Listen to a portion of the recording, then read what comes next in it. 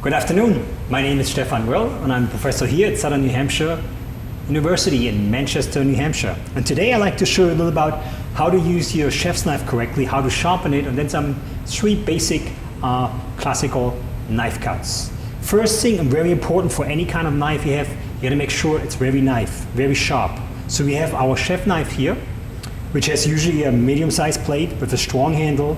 You have a sharp tip and you have a stronger end, which you can use to cut 2 strong vegetables. First step in sharpening our knife, we have here a nice sharpening 3 stone.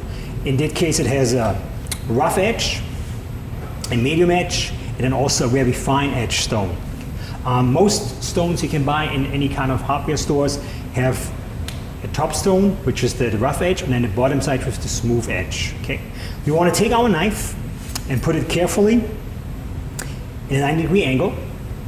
Then we're going to lay it down slowly to about 45 degree, about half, and then a little bit more, so you have about a 25-degree angle. That's where you want to hold your knife, and then you just pretty much slide your knife carefully over it in the 25-degree angle from the tip to the heel of the knife, very smoothly, one by one. You want to do this about 10 times on each side. Then we're switching over to the other side. Make sure your hands are nice and safety, and going over here again. 20 to 25-degree angle, nice and smooth. Make sure the entire plate goes over the stone.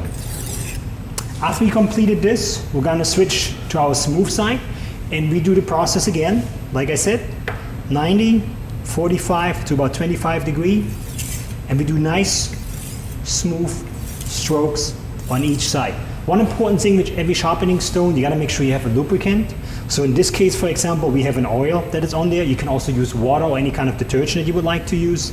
It's just so you cut the friction down, and it makes the smoothing process much easier. Again, we're on the other side, 20-degree angle. You do this about 10 times, and then you should have a nice sharp knife.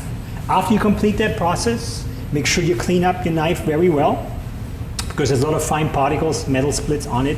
They come from the sharpening. We don't want to have them in any of your vegetables or meats that you're going to cut afterwards. And the final process, we will use our steel. The steel is basically there to hone the knife.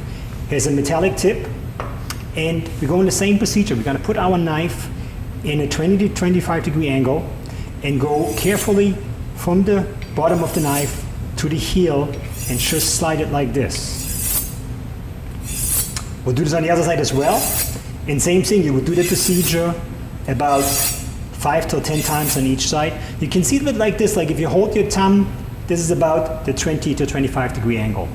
And you go nicely down, very easy with the thumb trick, holding it, both sides. If you get a bit more professional, you can do it faster than this and get it in there. And like I said, 5 to 10 times on each side should do it. Now there's certain people, I know they're recommending they're going with your knife like this way. I would certainly not recommend it, because you're going towards your hand, you may gonna slip, cut into your fingers, not a very safe technique. The other one is you're holding it down on the cutting board and go these ways. You may gonna hit the cutting board all the time, which is not very effective as well. So basic line, hold the steel away from your body, 20 to 25-degree angle, and just nicely smooth your knife. When this procedure is completed, now a few more tips that I would like to say about knife safety. Number 1, when you pass a knife to somebody else, make sure you always hold it either by the blade, or the safest way is you just put your knife down and the other person will pick the knife up. Never put it, when you clean it, in soapy water when nobody can see it. They may gonna grab in there, wash something, hit the knife, cut themselves really badly into their hand. When you carry the knife around the kitchen, don't go like this and point at people. You want to carry it nice and close to you, or you want to have it at the inside like this, and then you can walk easily to the kitchen anywhere to transport your knife if you have to take it like this. And final step, if your knife is laying somewhere on the edge of the cutting board or on the table and you may gotta do something else and your knife will fall down, let the knife fall down. Don't try to grab it and grab yourself into your hand, cut yourself into your hand, very dangerous. Let the knife fall on the floor, take the whole bounce, pick it up, wash it, clean it, and this way you always have the perfect knife safety. And with this, you have a nice, safe, and sharp knife.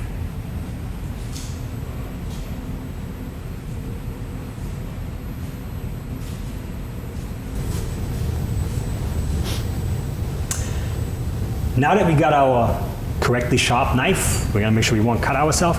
We're talking a little bit about the right technique, how to hold your knife and how to cut certain vegetables and certain cutting techniques. Number one, your knife, you always wanna hold it like, with your thumb on this side, and then your finger on the other one, pointing finger on this side, and the other three closing around here, very carefully. So you have a nice smooth stuff and you have a good handle on it. You don't want to cramp it up too much because then, some people get really, and then after 5 minutes of cutting, you're really strong. You want to be able to move your knife nice and slowly while you're keeping it nice and safely in a grip, like that. Fingers here, if there would be a hole, they would be touching, and then your knife on the fingers closing around the handle, just like that. For safety, your other hand, when you be cutting, the easiest way is to make sure you have safe cuts is you make like a little claw. I used to call it a claw. You pull your 2 fingers back and these 2 knuckles together, and this is where your knife is gonna go when you're guiding in a rocking motion, okay? So your knife should go in a nice rocking motion like this. See how I'm cutting here? That's the rocking motion. I almost call it like the locomotive, because you're going like this in a rocking motion, and that's how your knife should be going. The hand on the other side should be nice and caught together. And the good thing on this technique is you can pick pretty much everything up you like, hold it, and still have your angle going so you won't cut it in there. So, for example, just cutting it down like this. Now, most vegetables are usually cylindrical, and they're not really rectangle or square, but they're cylindrical. So, in this case, you want to get yourself a little basic cut, just like this, okay, to lay them down, give you an even cutting breeze. Or if you want to get more firm, you just want to do half moons, you're going to cut them right in the middle.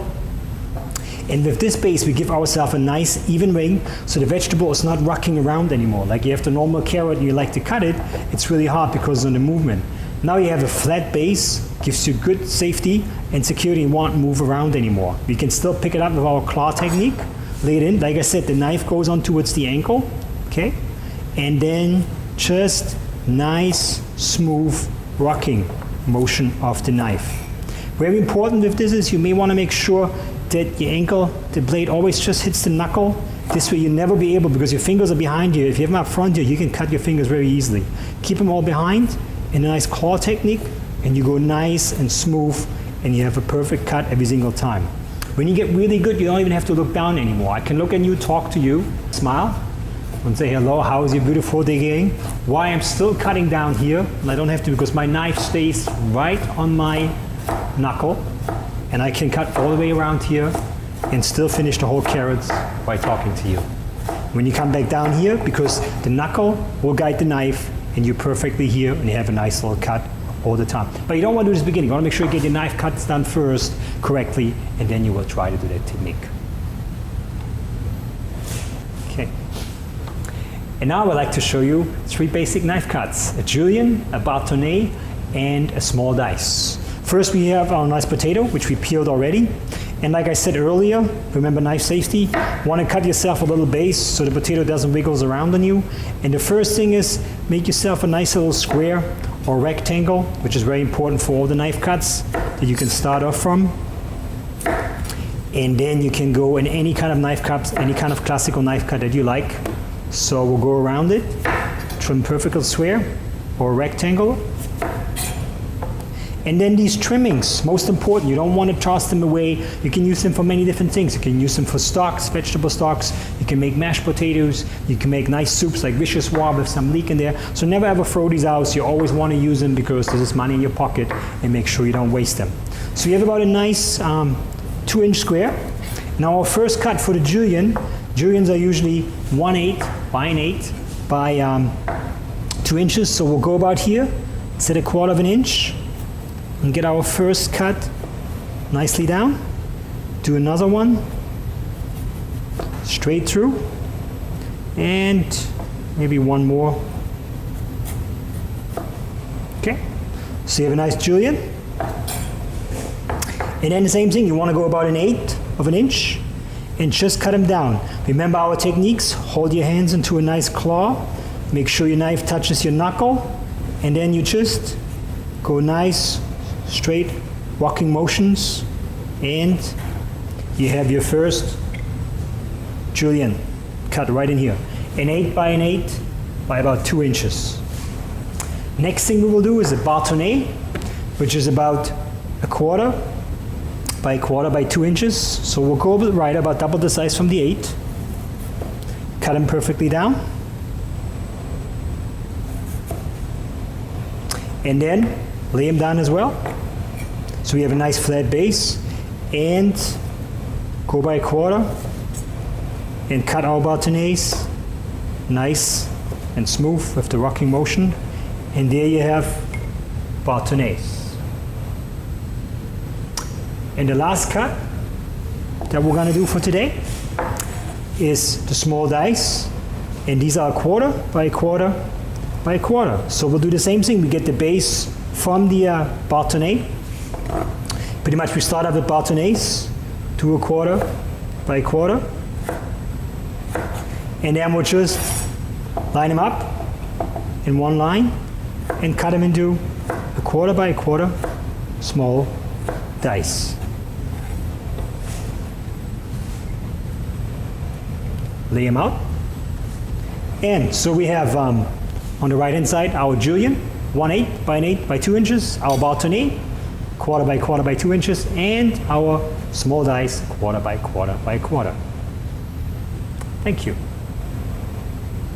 And if you would like to know more about the culinary program here at Southern New Hampshire University, please visit us at snhu.edu/culinary. And remember, it's not what you cook, but it's more important how you cook it. Have a nice day.